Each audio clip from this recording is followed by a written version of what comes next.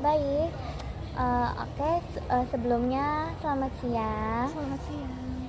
Terima kasih sudah hadir pada wawancara hari ini. Nah, sebelumnya perkenalkan, nama saya Sofanalia Zahra, HRD dari Biro Psikologi Mentari Konsultama ini. Nah, pada sesi kali ini tuh saya akan menanyakan pengalaman Anda sebagai psikologi klinis sebelumnya, cara Anda bekerja dengan klien, terus juga kemampuan profesional lainnya. Nah, mungkin sebelumnya eh, Anda bisa memperkenalkan dulu latar belakang dan diri Anda sendiri. Oke, sebelumnya perkenalkan nama saya Khairun Nisa. Kayaknya bisa manggil saya Nisa.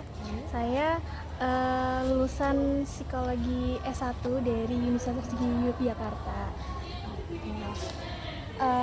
Wawancara ini akan berlangsung kurang lebih selama 10 menit, dan untuk seluruh informasi yang akan disampaikan itu akan dijaga kerahasiaannya sesuai kode etik profesi psikologi, seperti itu. Sebelumnya apa kabar nih? Tadi Kanisa ya?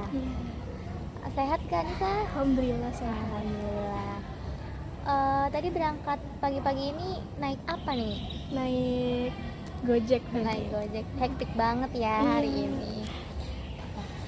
Kita sekarang relax aja ya, karena wawancara ini nggak bakal yang formal-formal banget. Nah, udah mulai kan Nisa untuk wawancaranya, Oke. Nah, untuk yang pertama, Kanisa ini daftar di sini itu rekrutmen untuk menjadi calon psikologi klinis, seperti itu. Nah, pasti Kanisa ini sebelumnya memiliki pengalaman ya dalam psikolog klinis, seperti di biro sebelumnya. Ada Kanisa? Ada pernah magang juga. Nah, mungkin boleh diceritakan pengalaman Kanisa ini dalam menangani klien yang datang pada kondisi emosional. Oke, yang aku ceritakan salah satu pengalaman yang mungkin cukup membekas bagi saya tuh ketika menangani klien yang datang dengan kondisi sangat emosional dan langsung waktu datang tuh langsung menangis sejak awal sesi.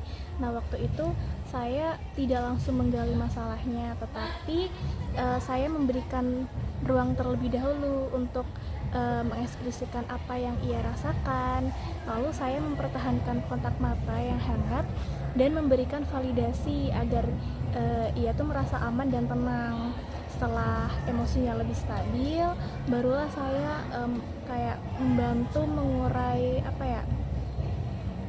mengurai masalahnya secara perlahan, dan pada akhir sesi ia mengatakan jadi dirinya lebih rasa ringan dan lebih siap untuk melanjutkan proses terapi, dan itu mengonfirmasi bagi saya juga bahwa kehadiran terapeutik itu seringkali sama pentingnya dengan intervensi teknik apapun. Oke. Berarti pada waktu itu tuh kliennya tuh langsung nangis ya Kak? Iya. Kalau boleh tahu contoh yang sangat amat berat waktu itu tuh kliennya itu pemicunya apa yang pas datang langsung nangis? Dia kena KDRT di suaminya Kak. Jadi dia kena KDRT. Ya sebenarnya ketika klien menceritakan tuh halnya hanya sepele, tetapi KDRT itu tuh dilakukan secara berulang oleh suaminya. Jadi mungkin hal itu yang bikin klien tersebut itu nangis histeris, emosional nggak karuan. Berarti pertama tuh kakak akan memberikan ruang dulu ya, seperti ya udah kamu nggak apa-apa kalau mau nangis gitu. Nah, apakah intervensi yang kakak lakukan itu benar-benar memberikan perubahan awal dari yang dia tadinya nangis, emosinya meluap-luap sampai dia bisa tenang?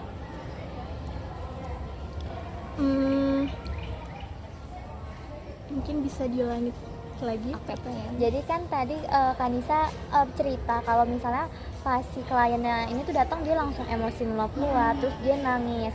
Nah, pada saat Kanisa sudah memberikan intervensi tersebut, intervensi yang Kanisa pilih seperti menenangkan dia, nah itu tuh apakah ada perubahan secara signifikan? Dia benar-benar langsung tenang atau seperti apa? Oke, jadi pada tahap awal ketika saya memberikan intervensi tersebut tuh sebenarnya belum berubah secara signifikan Kak. Hanya gimana ya, dia masih terus-terusan menangis walaupun masih sedikit kayak sedikit tenang, tapi dia masih tetap nangis gitu loh Kak. Dan saya ya tetap berusaha memberikan intervensi tersebut, dan saya juga meminta teman sejawat saya juga untuk ikut melakukan intervensi tersebut. Jadi ya langsung bisa berubah.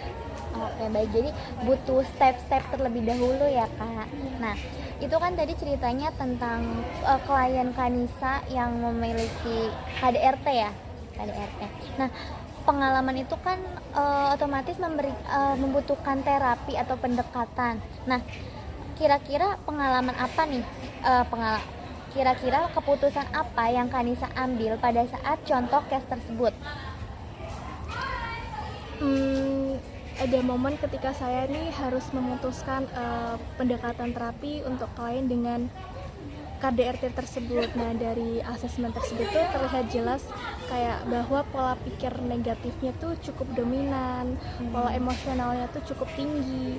Dan berdasarkan itu saya memilih kayak CBT karena dirasa paling sesuai mungkin untuk membentuk restrukturisasi pikirannya. Dan setelah beberapa sesi itu mungkin ia mulai berani untuk melakukan exposure kecil-kecilan seperti berbicara dan menceritakan lebih tenang, menceritakan lebih dalam lagi. Dan progres itu meyakinkan saya bahwa keputusan klinis yang saya ambil tuh tepat.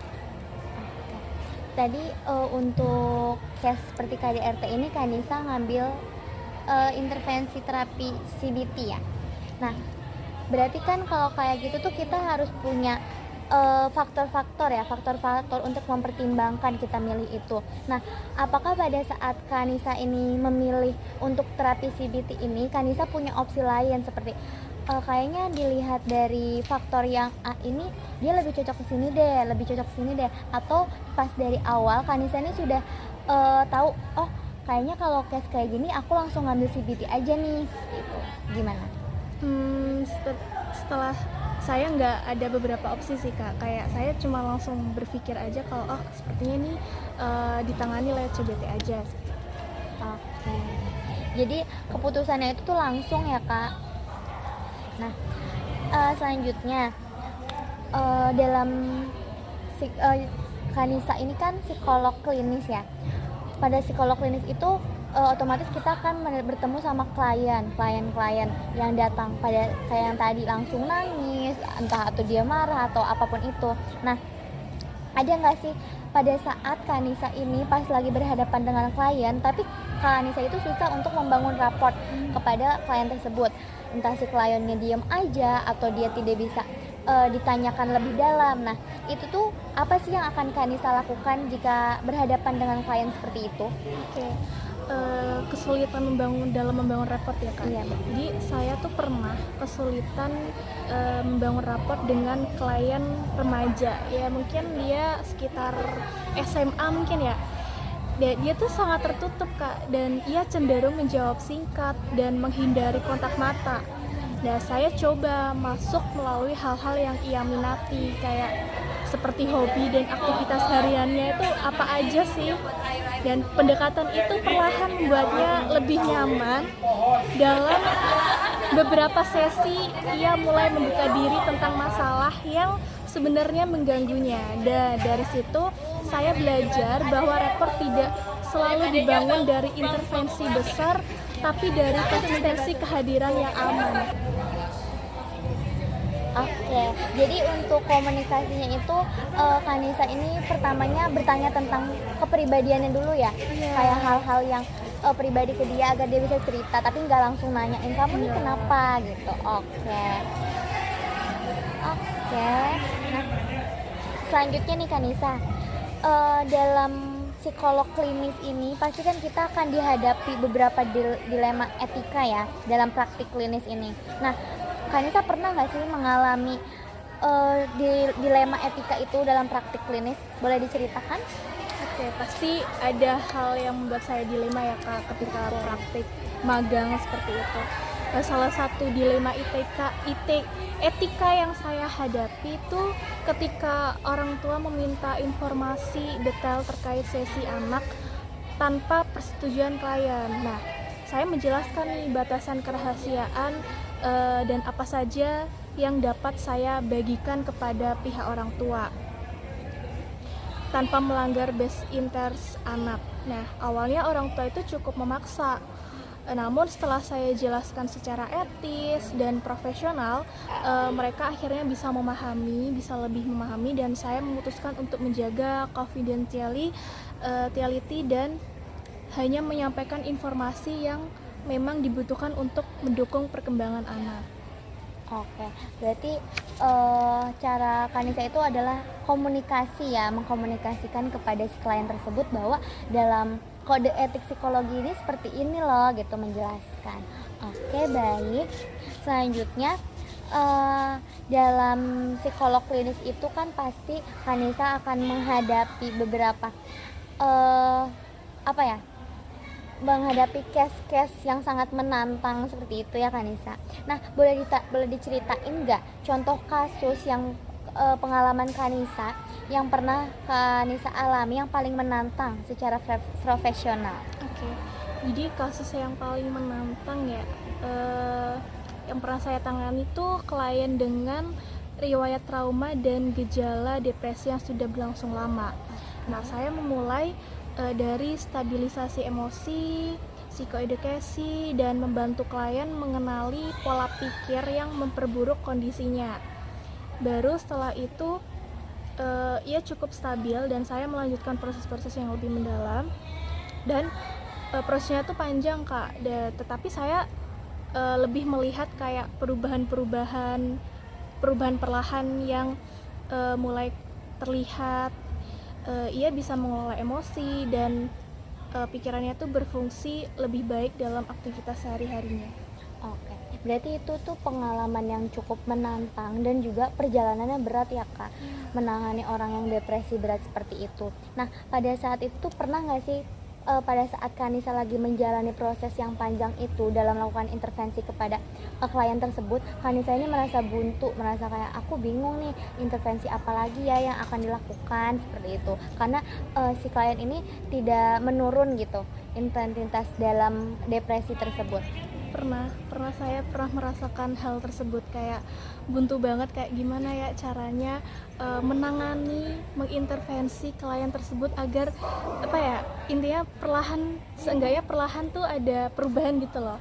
Dan saya terpaksa meminta senior saya lah atau teman saya yang mungkin lebih profesional untuk gimana sih caranya menangani klien tersebut. Akhirnya ya senior saya dan sejawat saya tuh membantu untuk menangani klien tersebut. Oke, jadi pada saat Kanisa buntu gitu, Kanisa akan bertanya dan menanyakan saran kepada mungkin senior atau supervisi psikologi untuk menangani case tersebut seperti itu. Oke Kanisa, tadi kan itu adalah pertanyaan seputar pengalaman Kanisa sebagai psikolog klinis di Wiro sebelumnya ya. Nah, selanjutnya wawancara kali ini adalah pertanyaan tentang kepribadian Kanisa nih. Nah, bisa nggak sih Kanisa menceritakan pengalaman hidup yang pernah Kanisa alami yang mempengaruhi Kanisa bekerja pada saat ini? Salah satu pengalaman yang mungkin membentuk saya itu ketika saya pernah dipercayai menangani sebuah tugas penting dengan tenggat waktu yang sangat ketat atau deadline-nya tuh mepet seperti itu. Nah, pada saat itu tuh saya belajar bahwa kayak perencanaan, komunikasi yang jelas, dan manajemen waktu itu kunci untuk menyelesaikan pekerjaan secara efektif. Dan pengalaman tersebut membuat saya tuh lebih teratur, terstruktur, lebih disiplin, dan selalu berusaha mengantisipasi masalah tersebut sebelum terjadi. Oke, jadi Kanisa pernah dihadapi dengan tugas deadline-nya itu cepet banget gitu ya. Terus yang Kanisa lakukan adalah sebenarnya itu lebih manajemen waktu ya, bagaimana kita bisa manajemen waktu. Oke. Nah, Kanisa pada saat ini kan dari pengalaman-pengalaman Kanisa kecil sampai berada di posisi saat ini, Kanisa tuh merasa paling berkembang itu dalam pekerjaan di situasi kayak gimana sih Kak? Di situasi saya gini, di situasi mungkin di saat diberi kesempatan untuk mengambil peran yang lebih besar dari biasanya mungkin ya.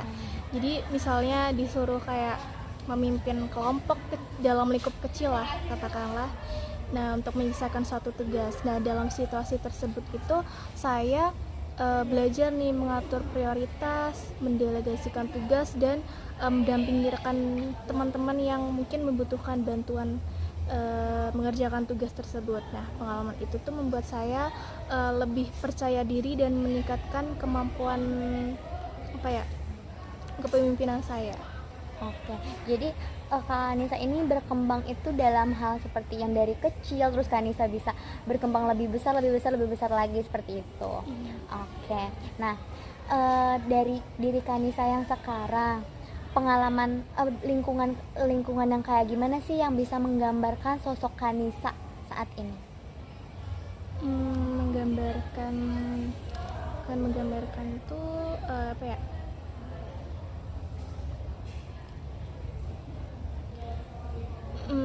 Mungkin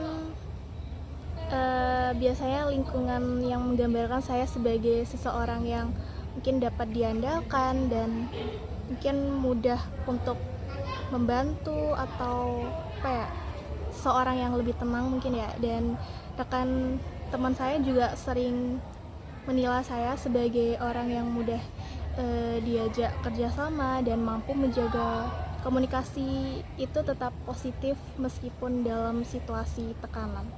Oke, jadi lingkungan sekitar Kanisa ini tuh kayak memberikan kepercayaan penuh pada Kanisa bahwa Kanisa ini berkompeten loh dalam hal komunikasi, dalam hal ini dan sebagainya seperti itu. Baik. Nah, apakah ada pengalaman kecil Kanisa yang membentuk Kanisa ini menjadi sosok Kanisa yang seperti ini? Jadi sejak kecil tuh saya terbiasa dilatih untuk bertanggung jawab, dan sejak kecil tuh saya memang sendiri untuk menjalankan semuanya sih. Dan dari situ saya belajar untuk gimana caranya bertanggung jawab, terus bertanggung jawab dalam hal kecil maupun hal besar, dan bagaimana terbiasa untuk